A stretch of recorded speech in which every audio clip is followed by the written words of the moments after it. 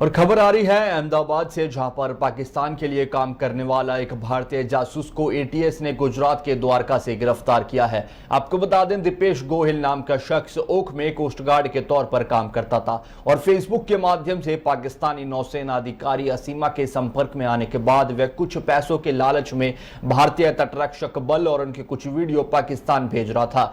हाल फिलहाल एटीएस ने इसको पकड़ लिया है। देखिए हमारे सहयोगी सलेश वधेला की यह न्यूज। के तरफ से एक एस्पिनाज का केस किया गया जिसमें एक आरोपी का पकड़ा गया जिसका नाम है दीपेश बाटुकभाई गोहिल। ये ओका जेटी के पास वहाँ कोस्ट गार्ड शिप्स का काम करता है। उसका वहाँ का वेल्डिंग का काम, वहाँ अलग अलग दूसरे काम का कार्रवाई करते हैं।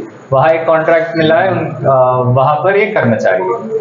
बेसिक फैक्ट ऐसा है कि 3 साल से ये वहाँ ओका जेटी के पास काम कर रहा है। लास्ट 7 मंथ से पहले उसको फेसबुक में एक सहीमा करके एक पाकिस्तानी फेसबुक अकाउंट, एक लेडी का अकाउंट, फेसबुक अकाउंट को फ्रेंड रिक्वेस्ट किया था जिसने एक्सेप्ट किया था। तो उसके बाद फेसबुक के माध्यम से बातचीत करने लगा। उसके बाद इसको पता चला, उन्होंने फिर व्हाट्सएप में नंबर्स एक्सचेंज किया गया। जिसके बाद थोड़ा बातचीत करने के बाद इनको पता चला कि वो सहीमा जो लेडी है वो पाकिस्तानी नेवी में काम करती है और उन्होंने सामने से बोला कि ओका जेटी में जहाँ पर ये वेल्डिंग का काम करता है वहाँ जो कोस्ट गार्ड की शिप्स स्टेशन होती है, यहाँ पर मूवमेंट होती है, उसका नाम बताया दिया जाए उनके टीम को और उनको यूटिलिटी होगा, उनके जो भी वॉर लाइक सिचुएशन में यूज होगा। उस हिसाब से उनको ये ऐसा बात हुआ था कि हर दिन 200 रुपए के हिसाब से उन दोनों के बीच में बातचीत चली। तो लास्ट 7 मंथ्स में हमको पता चला कि 7 वैसे बैंक ट्रांजैक्शंस हुआ जिसका टोटल वैल्यू अराउंड 42,000 जो अलग बैंक अकाउंट से इसके 3 दोस्त के बैंक अकाउंट से मिला गया। तो इसके हिसाब से हमको जो बात में मिला उसके हिसाब से हमने उनको एक पूछपरछ के लिए बुलाया था और उनके फ़ोन को टेक्निकल एनालिसिस के माध्यम से हमको पता चला कि वो जो फ़ोन में जिनके साथ ये बात कर रहा था उसका जो आईपी हमने रिकवर किया वो पाकिस्तान का आईपी निकला, जिससे साफ पता चलता है कि जो भी सहीमा नाम से धारण करके बात कर रही है वो पाकिस्तान के तरफ से बात कर रही है और जो हमारे इंडियन कोस्ट गार्ड की शिप्स का सेंसिटिव इन्फॉर्मेशन इनसे लिया जा रहा है। और इनको भी प्रायर इन्फॉर्मेशन था कि ऐसा जो इन्फॉर्मेशन देना बिल्कुल इंडियन सीक्रेसी में, इंडियन सीक्रेट इन्फॉर्मेशन है, वो जो देना नहीं चाहिए।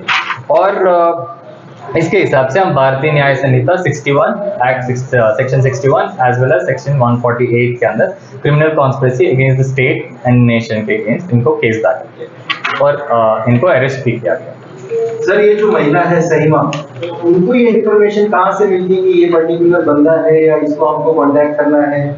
नहीं, ऐसा नहीं होता है। जैसे आपको पहले भी ऐसे केसेस हुए थे जिसमें ये पर्टिकुलर इंडिविजुअल को टारगेट नहीं करते।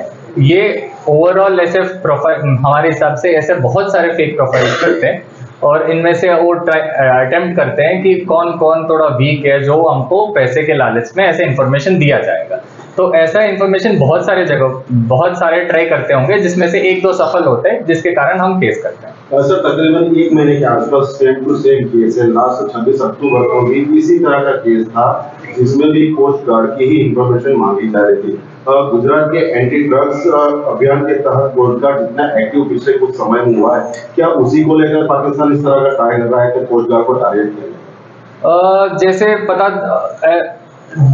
वो भी एक रीजन है। एट द सेम टाइम हम आपको पता चला है कोस्ट गार्ड अकेला और हम भी कोस्ट गार्ड के साथ बहुत सारे जॉइंट ऑपरेशंस करते हैं जो जॉइंट इंटेलिजेंस के ऊपर काम करता है। एग्जैक्टली जैसे आपने बोला, एक तो एंटी ड्रग्स का जो हमने ऑलरेडी ड्रग फ्री इंडिया का जो नेशन वाइड हमने चालू रखा, मिशन मोड में काम कर रहे, उसके अगेंस्ट भी उनको इन्फॉर्मेशन काम रहेगा। At the same time war like situation के लिए इनको ये इन्फॉर्मेशन यूटिलिटी होगी। जिस नंबर से बातचीत हो रही थी वो इंडियन नंबर था सर के साथ? बिल्कुल, जो नंबर वो लिया गया जिसके वो इंडियन नंबर के माध्यम से ही इनसे बात कर रहे हैं। सर, कितने टाइम पहले से ये बातचीत कर रहे थे और क्या डील हुई थी दोनों के बीच में? अराउंड 7-8 मंथ्स पहले से इनका संपर्क में आए थे फेसबुक के थ्रू। उसके बाद इन्होंने व्हाट्सएप के माध्यम से बात करना शुरू किया पर इनका डील ऐसा ही था कि पर डे जब भी ये इंफॉर्मेशन देगा पर डे 200 के हिसाब से इनको बातचीत चली, for example totally in the terms of 6000 per month.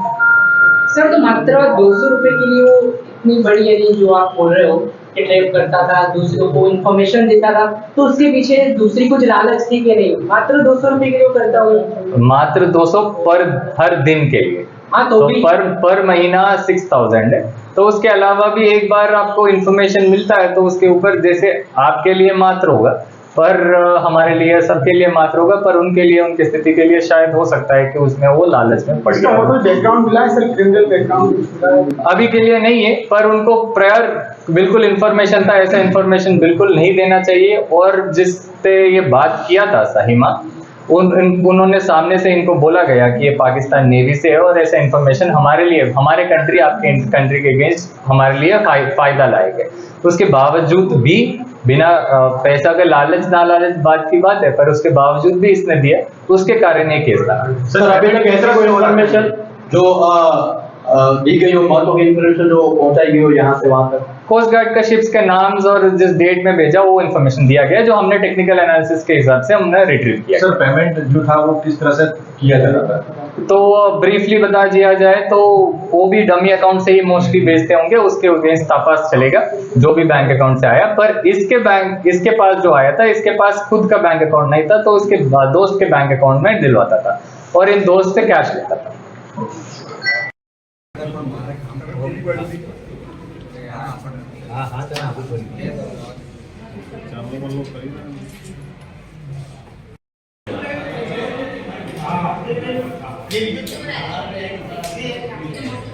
Hmm.